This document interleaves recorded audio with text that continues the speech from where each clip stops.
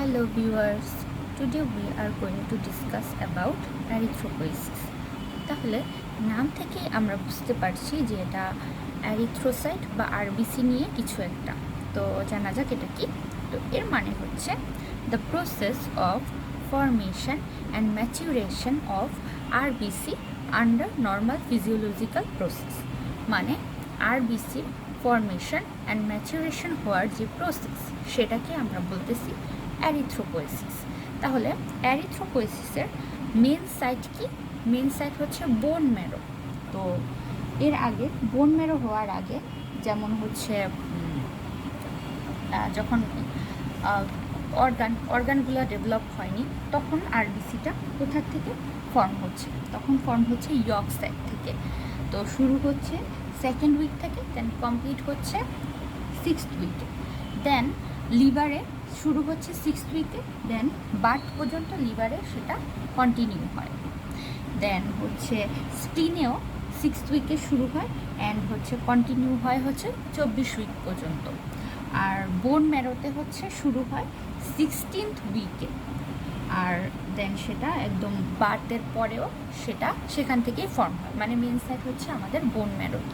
তাহলে আমরা এত কিছু মনে রাখতে না পারলেও মেন সাইট আমরা জেনে রাখলাম যে বোন ম্যারো।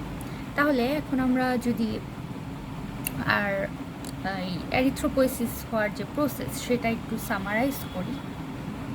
তো সবার ফার্স্টে টোটিপোটেন্ট স্টেম সেল থেকে আসতেছে আমাদের প্লিউরিপোটেন্ট স্টেম সেল, দেন প্লিউরিপোটেন্ট স্টেম সেল থেকে আমাদের আসতেছে হেমাটোপয়েটিক স্টেম সেল, যেটা আমরা প্রিভিয়াস লেসনে আমরা জেনেছিলাম যে হেমাটোপয়েটিক স্টেম সেল থেকে আসতেছে দুই টাইপের সেল, একটা হচ্ছে মাইলয়েড স্টেম সেল আর একটা হচ্ছে lymphoid stem cell. Lymphoid stem cell থেকে আসতেছে লিম্ফোসাইটগুলো, যেমন B and T lymphocyte and NK cell মানে ন্যাচারাল কিলার সেল। আর মাইলয়েড স্টেম সেল থেকে কি আসতেছে? এটা বাদে বাকি যা আছে যেমন monocyte, platelet, erythrocyte, neutrophil, eosinophil, basophil সব আসতেছে। তো আজকে যেহেতু আমরা আমাদের টপিক এরিথ্রোপোয়েসিস, তাহলে আজকে আমরা মাইলয়েড থেকে কীভাবে আরবিসি আসতেছে সেটা নিয়ে জানবো, সেটার স্টেপ নিয়ে জানবো। তো মাইলয়েড স্টেম সেল থেকে কি হচ্ছে আমাদের? মাইলয়েড স্টেম সেল থেকে থ্রোম্বোপয়েটিনের সাহায্যে হচ্ছে কলোনি ফর্মিং ইউনিট, দেন কলোনি ফর্মিং ইউনিট থেকে হচ্ছে ব্লাস্ট ফর্মিং ইউনিট, দেন ব্লাস্ট ফর্মিং ইউনিট থেকে আবার এরিথ্রোপয়েটিনের সাহায্যে হচ্ছে কি কলোনি ফর্মিং ইউনিট, দেন কলোনি ফর্মিং ইউনিট থেকে হচ্ছে প্রোনর্মোব্লাস্ট বা প্রো এরিথ্রোব্লাস্ট। এটাই হচ্ছে ফার্স্ট সেল যেটা মাইক্রোস্কোপের নিচে ভিজিবল হয়। তারপরে হচ্ছে আমাদের আর্লি নর্মোব্লাস্ট। এখানে নর্মাল লিখলে ভালো হতো, তাহলে আমাদের টার্মগুলো মনে রাখতে ইজি হতো। তাহলে এখানে যদি আমি একটু লিখে দিই নর্মোব্লাস্ট, দেন হচ্ছে আর্লি নর্মোব্লাস্ট মানে হচ্ছে বেজোফিল এরিথ্রোব্লাস্ট, দেন হচ্ছে আমাদের ইন্টারমিডিয়েট নর্মোব্লাস্ট বা পলিক্রোম্যাটিক এরিথ্রোব্লাস্ট, দেন হচ্ছে আমাদের লেট নর্মোব্লাস্ট বা অর্থ্রোক্রোম্যাটিক এরিথ্রোব্লাস্ট, দেন হচ্ছে আমাদের রেটিকিউলোসাইট। এই রেটিকিউলোসাইটেই নিউক্লিয়াসটা ডিসঅ্যাপিয়ার হয়ে যায়, দেন কি হয়? ম্যাচিউর আরবিসিটা ফর্ম হয়। তো এখানে একটু কাহিনী আছে। এই যে রেটিকুলোসাইট এটা ফর্ম হওয়ার পরে বোন ম্যারোতে 24 আওয়ার থাকে, দেন সার্কুলেশনে চলে আসে। সার্কুলেশনে আসার 2 থেকে 3 দিনের মধ্যে এটা ম্যাচিউর আরবিসিতে কনভার্ট হয়।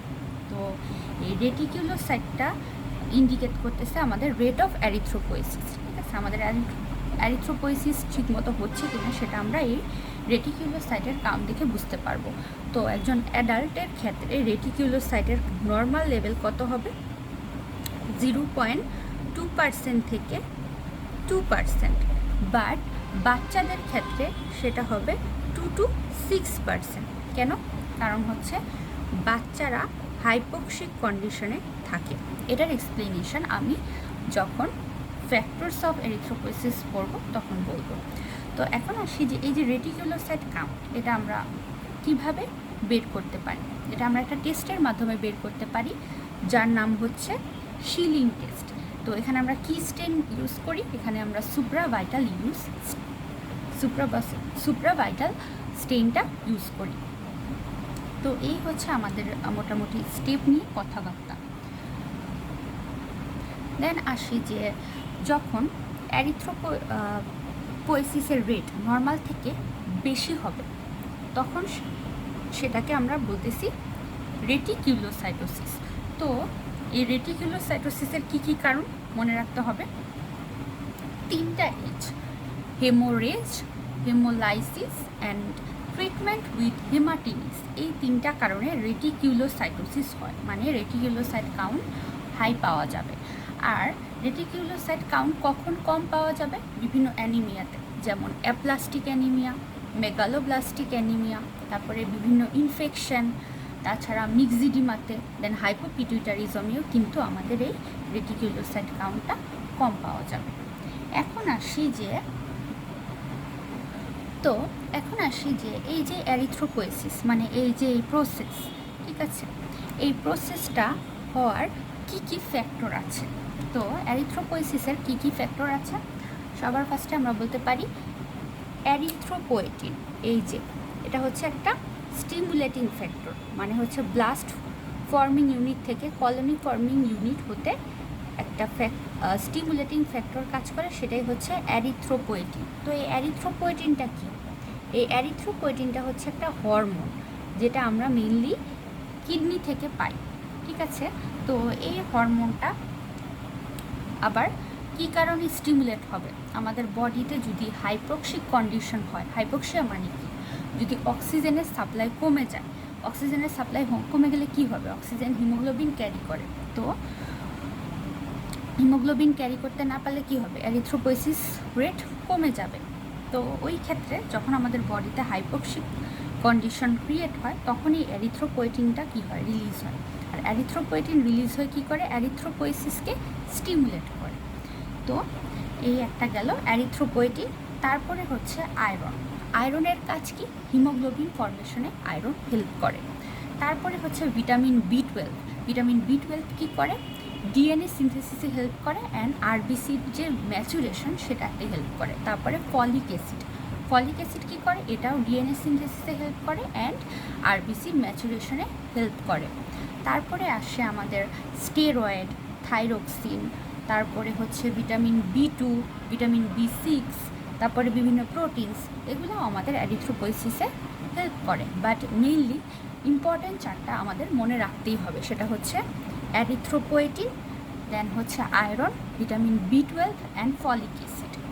তো এই হচ্ছে আমাদের মোটামুটি এরিথ্রোপয়েসিস রিলেটেড কথাবার্তা। Thank you for today. Wait for my next video and don't forget to subscribe my channel.